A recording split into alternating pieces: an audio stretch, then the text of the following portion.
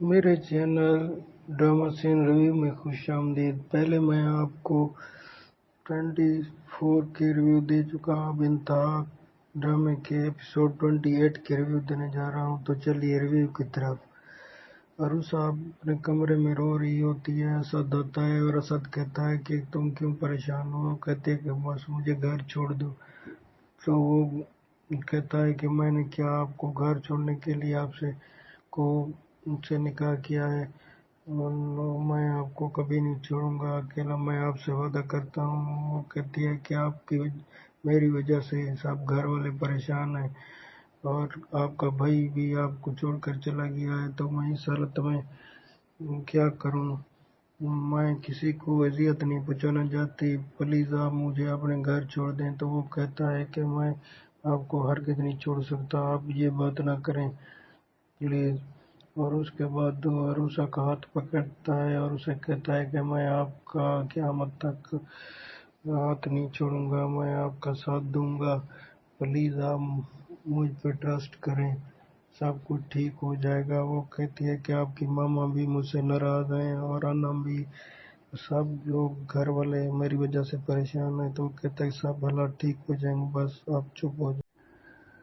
زینب بڑھا چڑھا کر نوید سے اپنی فیملی کے مخالف بات کر رہی ہوتی ہے۔ وہ کہتی ہے کہ دیکھ آپ کی ماما نے اسد کی مان لی اور آپ کو بالکل اگنور کر دیا اور آپ گھر چھوڑ کر آ گئے ہو۔ تو کہتا ہے کہ وہ میری بھی ماں ہے، کس طرح وہ مجھے چھوڑ سکتی ہے، اس کے دل کے بھی کیا گزر رہی ہوگی۔ تو وہ کہتا ہے تو پھر کیوں چھوڑ کر چلے آئے؟ وہ بڑا چڑھا کر باتیں کر رہے تھے۔ تو پھر نوید کہتا ہے کہ بس خاموش ہو جاؤ، پلیز مت کو ایسا۔ پھر وہ کہتا ہے کہ آپ میرے کپڑے، سونے والے کپڑے لا دیں۔ تو وہ کپڑے لانے کے لیے اٹھتی ہے تو پھر اسے چکر سا آ جاتا ہے اور وہ وہاں گر پڑتی ہے۔ تو اسے اٹھاتا ہے اور الٹیاں آنے لگتی ہیں۔ تو نوید کو پتہ چل جاتا ہے کہ اب وہ ماں بننے والی ہے، تو اس کے پیچھے جاتا ہے۔ اسد کمرے میں آتا ہے، عروسہ کو اکیلا پاتا ہے اور پریشان پاتا ہے۔ تو وہ کہتا ہے کہ تم ابھی تک بیٹھی ہو، تم ابھی تک ادھر کرسی پر بیٹھی رہو گی، پلیز آپ آرام کرو، میں ماما کے پاس جاتا ہوں۔ تو پھر اسے کمرے میں آرام کرنے کے لیے کہتا ہے اور چلا جاتا ہے۔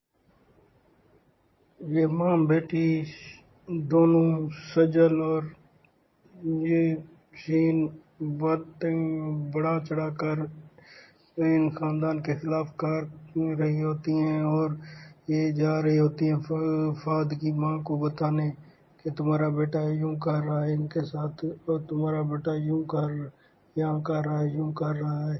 تو وہ کہتی ہے کہ تم وہاں کہاں جا رہی ہو؟ اس کی ماں کہتی ہے کہ میں شمیلا آنٹی کے پاس جا رہی ہوں، میں فہد کی ماں کے پاس جا رہی ہوں، اسے سب کچھ بتاؤں گی۔ ہاں، تو وہ کہتی ہے کہ تم بتا دو۔ اور اس کی ماں کہتی ہے کہ میں نے شمیلا آنٹی کو بھی اس عروسہ کے بارے میں بڑا چڑھا کر بتا دیا ہے کہ آپ کی تو بھتیجی اس گھر سے جا رہی ہے اور اس کی عزت بھی نہیں ہو رہی۔ تو وہ کہتی ہے کہ ہاں ٹھیک کیا ہے۔ تو یہ تھی ان لوگوں کی باتیں، یہ بڑا چڑھا کر اب باتیں کرنے جا رہی ہیں کیونکہ وہاں اکیلی ہے، اس کی بہو یہاں آئی ہوئی ہے اسما کے گھر، اسما کی بیٹی، تو یہ ان کے اکیلے پن کا فائدہ اٹھانے جا رہی ہے۔